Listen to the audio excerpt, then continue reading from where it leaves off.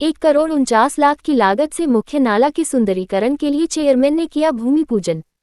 रसड़ा बलिया आदर्श नगर पालिका रसड़ा के मुख्य नाला के 1,49 लाख की लागत से होने वाले सुंदरीकरण कार्य के लिए चेयरमैन विनेशंकर जायसवाल ने सोमवार को विधिवत भूमि पूजन कर इसका शुभारंभ कराया। नगर के पानी टंकी रोड में आयोजित इस कार्यक्रम में सभासद, नपा कर्मचारी सहित भारी संख्या में नागरिक मौजूद रहे। चेयरमैन ने कहा कि मुख्य नाले के सुंदरीकरण कार्य के पूर्ण हो जाने पर रसड़ा नगर की सुंदरता में एक नया अध्याय जुड़ जाएगा। उन्होंने नगर वासियों को विश्वास दिलाया कि नगर में विकास को एक नया मुकाम प्रदान करने के साथ साथ स्वच्छ रसड़ा एवं सुंदर रसड़ा बनाने की संकल्पना को साकार करना मेरी पहली प्राथमिकता में शामिल है। 5 चरण में होने वाले इस मुख्य नाले का निर्माण की प्रतीक्षा नागरिक लंबे समय से कर रहे हैं। इस अवसर पर राजेश जायसवाल, दीनानाथ सिंह, विश्वजीत जायसवाल, प्रदीप गुप्ता, दीपक कुमार, खुर्शीद आलम के साथ साथ राजेंद्र प्रसाद, संजय, अली राजा, फयाज, नौशाद, विक्की वर्मा आदि सभासद मौजूद रहे। मेरा नाम सुरेश चंद, मैं रसड़ा में व्यापार कल्याण समिति का संरक्षक हूँ और एक सामाजिक कार्यकर्ता हूँ। तो आज रसड़ा में मुख्य नाले का भूमि पूजन हुआ, इससे आपका कहना है? रसड़ा में मुख्य नाले का भूमि पूजन हुआ है, यह बहुत ही हर्ष और यहाँ के निवासियों के लिए गौरव की बात है। कारण यह है कि इसके पूर्व में जो भूतपूर्व चेयरमैन थे या इसके पूर्व जो चेयरमैन थे, इन लोगों के कार्यकाल में इस नाले को एक सफेद हाथी के रूप में लिया जाता था और प्रत्येक वर्ष लाखों रुपए निर्माण और सफाई के नाम पर पैसे की धन की जाती थी।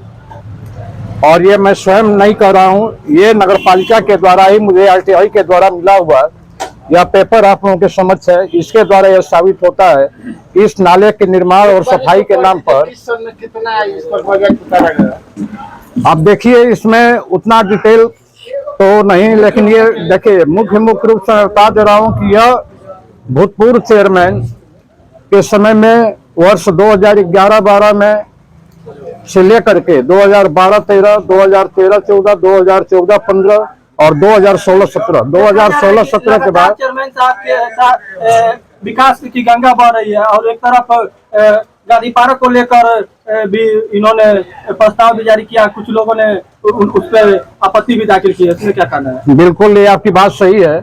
आपत्ति डालने वाला भी जो है पूर्व में रसड़ा नगर पालिका में ही आउटसोर्सिंग का कर्मचारी सुनने में आ रहा कि वो था और उसी के नाम पर यह आपत्ति डाली जा रही है। और यह किसके इशारे पर किया जा रहा है, रसड़ा के लोग भली बात जानते हैं। कहीं 25 सालों में इतना विकास नहीं हुआ, 2 साल में विकास कर रहे हैं और इनका विकास को देखते हुए रोका भी जा रहा है, इस पर क्या कहना चाहिए? यह बहुत ही गंदी राजनीति है।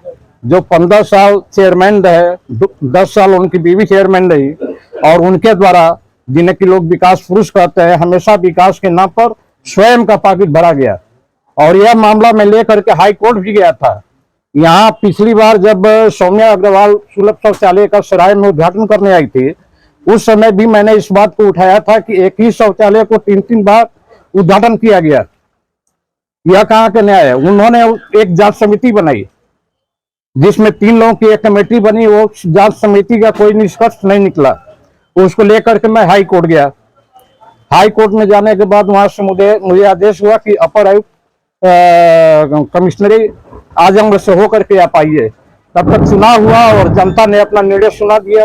उनके घपले घोटालों और कूटनीति के चलते यहाँ के लोग त्रस्त होकर के उनको सबक सिखाने का कार्य किया और उनकी बीवी जो है वो मोती रानी सोनी, जो पूर्व चेयरमैन है, वो पराजित हो गई। तो लगातार वर्तमान चेयरमैन विनेशंकर जायसवाल द्वारा रसड़ा नगर में विकास हो रहा है, इससे आप क्या कहते हैं? यह विकास की कड़ी बाधित करने के लिए भूतपूर्व चेयरमैन के द्वारा, पूर्व चेयरमैन नहीं, भूतपूर्व चेयरमैन के द्वारा बराबर कोशिश की जा रही है। और मुझे यह पता चला है कि इस कार्य को भी रोकने के लिए रोकने वाला कौन है? रोकने वाला व्यक्ति भूतपूर्व चेयरमैन है, जो रसड़ा की सत्ता पर 15 सालों तक काबिज रहा और उनकी पत्नी 10 सालों तक नगर पालिका की सत्ता पर काबिज रही। अब तक कौन कौन से काम रोके हैं और क्या एविडेंस है आपके पास उन पर आरोप लगा रहे हैं? उन पर आरोप लगाने का कार्य जो है, अगर आपको इसके बारे में डिटेल देखना हो तो जो इसके पहले आउटसोर्सिंग कर्मचारी था उसके द्वारा बराबर इस प्रकार का DM के यहाँ दे करके कार्यों को बाधित करने का प्रयास किया जा रहा है। नगर पालिका आयोग के रिकॉर्ड को अगर आप देखेंगे तो आपको पता चलेगा कि कौन कौन से एप्लीकेशन DM के यहाँ पड़े हैं और वहां से यहाँ रिफर होकर के आए हैं।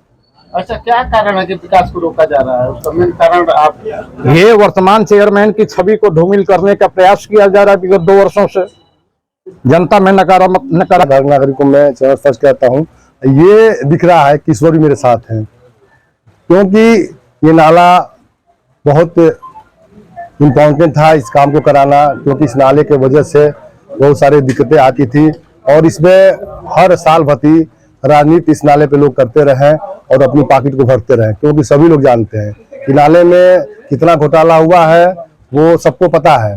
और इस बार इस कार्यकाल में ये हमेशा के लिए खत्म होने जा रहा है, क्योंकि रसड़ा की जनता की सबसे पहले सोच और विकास कार्य का इनका ये था कि नाला का निर्माण हो और जल्द से जल्द चीज काम हो और खत्म हो। ये नाला का कार्य कब तक हो जाएगा और कहाँ से कहाँ तक नाला बनेगा? नाला तो हमारा प्रयास है कि हमारे शहर से यानी कि स्टेशन रोड से होते हुए सीधे इमामिया स्कूल तक मेरा प्रयास है कि बने, और इसमें हमारे के शर्मा जी का बहुत बड़ा सहयोग है और आशीर्वाद है, और नाथ बाबा रोशनदास की धरती पे बहुत जल्दी ये कार्य होंगे, अतः मेरी प्रयास है। तो देखा जाए कि आप गांधी पार्क का भी सुंदरीकरण कराने जा रहे थे और इससे लोगों द्वारा आपत्ति भी है, इसमें क्या करना है?